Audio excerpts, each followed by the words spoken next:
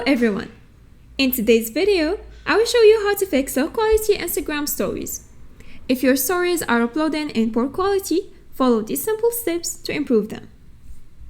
First, open Instagram, go to your profile and tap the menu in the top right corner. Scroll down and select Data Usage and Media Quality. Make sure the Data Saver option is turned off.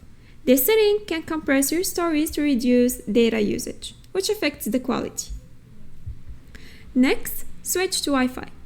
If you are on mobile data, it could be limiting the quality of your uploads.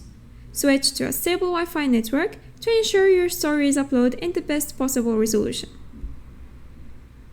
The next step is to ensure that you're using the latest version of Instagram.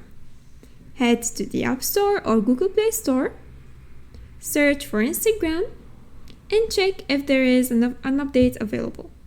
An outdated app can sometimes lead to bugs, including lower story quality. Finally, if your phone is in battery saver mode, it may reduce performance, including how media is uploaded. Turn off battery saver by going to your phone settings, battery, then power saving mode. And that's it. By following these steps, you should see a noticeable improvement in the quality of your Instagram stories. If this video is helpful, please like and subscribe.